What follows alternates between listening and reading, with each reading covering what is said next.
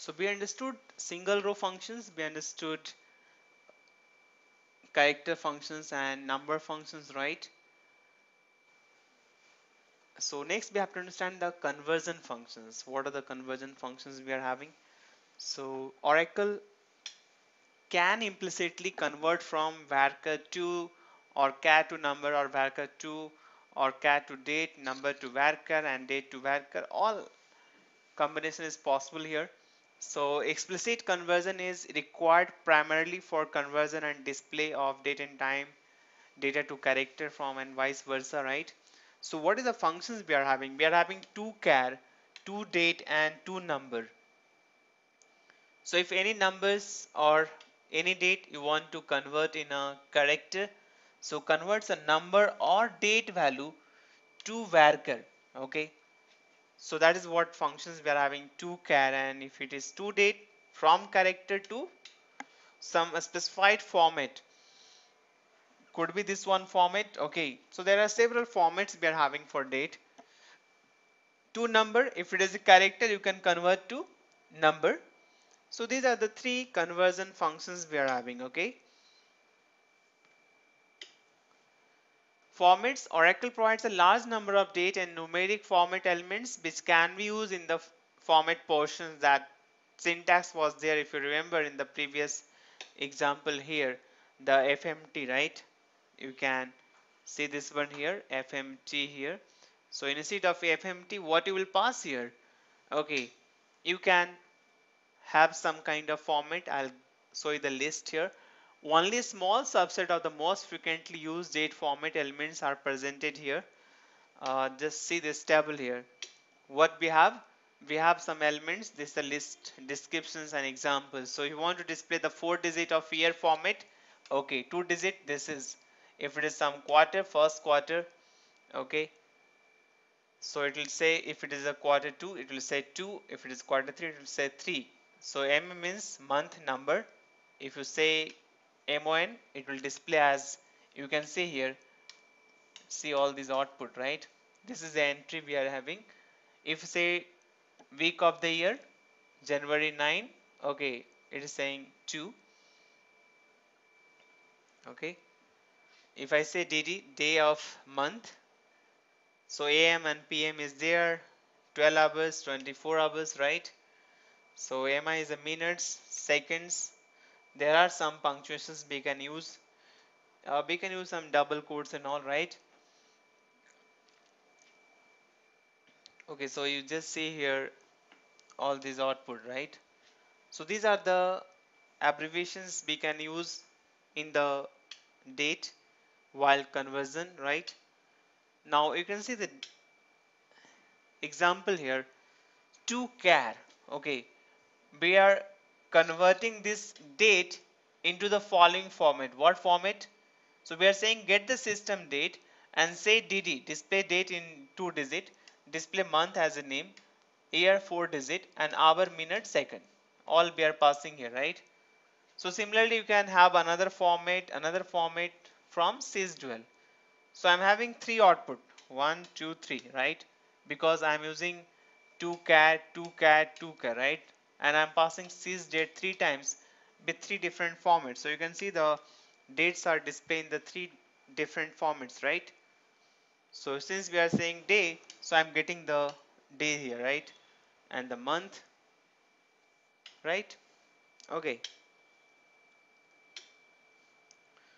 So we understood the date functions, and we can convert the date into different characters by using some format. Now another functions we are having, which is general functions. So it helps us to manipulate your data also, like NBL, NBL2, nullif, and callis, okay, and case and decode. So let us understand what is this functions, general functions, and how it works.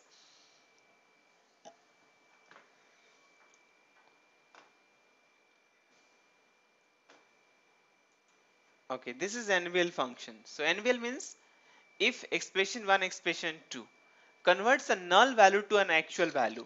So we are saying that if the expression 1 is having null, give this value. What is n will 2? If expression is null, then give this value, right? Else if it is not null, display this value, right?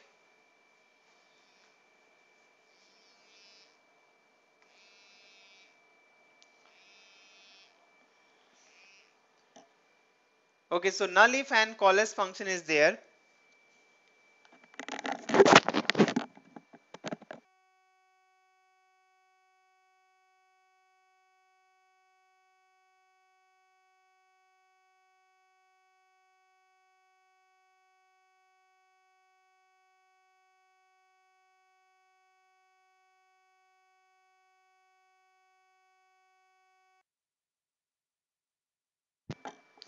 Okay, so okay, look at here, and the null if compares two expression and returns null if they are equal. So if both are equal, it will return null, or the first expression if they are not equal. I just write some example here, and the callus is what here? If you are passing lot of arguments here expression, so it will return first not null value. Okay, first not null value. Let us check this example here. Now consider I have some example here. I say star. Now we are having one imply table. In the imply table, if you find there's a one column salary. In the salary column, the last record Tom is not having salary. Okay. Now I can use one function here. I just show you that nvl function. What I am saying here, display the salary, all the salary from EMP table. If salary is not null, it's fine. If it is null, then display 20,000. So I'm using here expression 1, expression 2. Converts a null value to actual value. Enter. Okay, so it is not salary, it is a sal column, right? Now you're finding all the salaries getting displayed, but last guy was not having salary, so it is displaying 20,000. Is this clear? If I say here call as function, look at this one. What we are saying, null, null, 20. I am passing lot of arguments here. You can pass any argument. What is the first not null value? This is my first not null value, right? So output should be what? 10. So 10 is the output. So it will return first not null value, right? Null if is very simple. Just try that one, and we'll 2 you can try similarly. So you can see this here, annual interest rate. If interest rate is there, display it, otherwise display 1 if it is null. Annual 2, total amount. If total amount is there, then calculate it, loan amount into the interest rate. Otherwise, display loan amount only from loan fact table. Okay. Select call as I am doing here, loan amount, interest rate 10. If it is loan amount, then display the interest rate. Otherwise, if it is not null, right, display 10 here. Okay. So you can just try these all examples. Now another is the decode function applies logic similar to case or if then else statement in programming language. So decode means what we are doing here, if this expression, I'm just providing the expression here, and I say search 1 results. If the search 1 is there in this, give result. If search 2 is there, give result 2. Search 3, result 3. Search 4, result 4. If you want some default value, you can pass it here. I can show you the example here. Select loan number, loan amount, decode. So loan type, if it is P then 15, if it is H then 12, otherwise 16 as interest rate. So we are having interest rate 15, 12 and 16. So if loan type is value P, then display 15. If it is H, then 12. Otherwise, if any other than P and H, then personal or home loan suppose, then it is 16, right? The statement is written here. The same things we can achieve by this way also. If loan type P, then result 15, else if loan type H, then 12, else result 16, right? So the same coding we can write using the decode functions. Okay, now nesting of functions, we can nest the function. You can notice here select ename, I am using here NVL. Inside the NVL I am using 2char, right? So 2char manager, convert the character manager, right?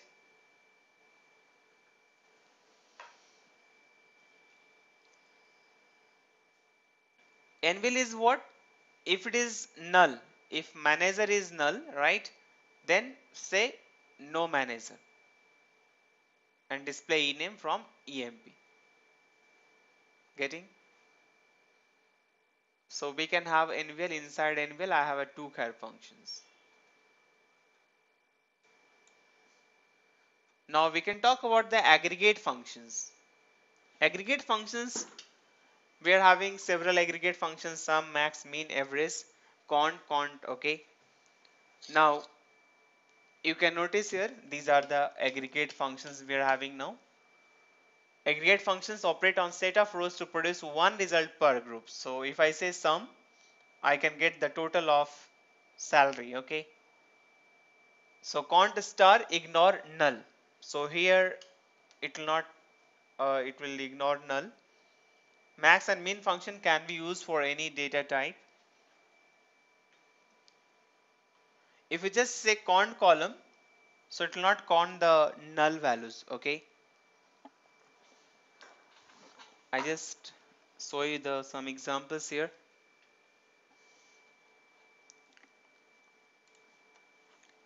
I say here select sum salary from EMP. Okay, so it is total salary is giving now. If I say here minimum salary of employee 800. If I say max salary of employee, it is 5,000, right? What is the average here? So average is 2073 point, right? Now you can use here cont here. I just say here cont. So how many records? It is saying 14. But once I say cont star, you are getting 15 because one guy was not having salary. So cont star will count all null values. But if I say cont column name, it will ignore the null values, right? Now there is a group by clause. Query results can be summarized using the group by clause. Multiple columns can be used in group by clause. Following can be used with group by clause, right? Constant values, functions without parameters, group functions. So this is one example. I just give you one example here. We are having, say, select a star from imply. I just say here select a star from imply. Now there's one department number 10, 30, 20, right? So this is a department number. I want to display the department number and salary. So I can write here select department number, comma, enter. You will not get. What it mean here, if you want to know the salary, total salary of department wise, you have to use group by clause.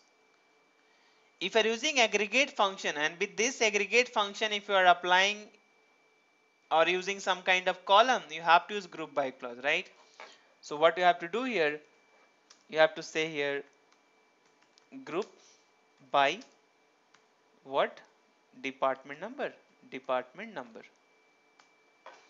Now it is saying that in department 10 you are spending this much money for department 20, this much money for department 30. You are spending this much money, total salary. Okay. You want to count how many guys are in the department? Then right here, count EMP number, something like that. So you are having total is the 15 guys, right? So in department 30, 6 guys. In department 20, 5 guys. Like this, right?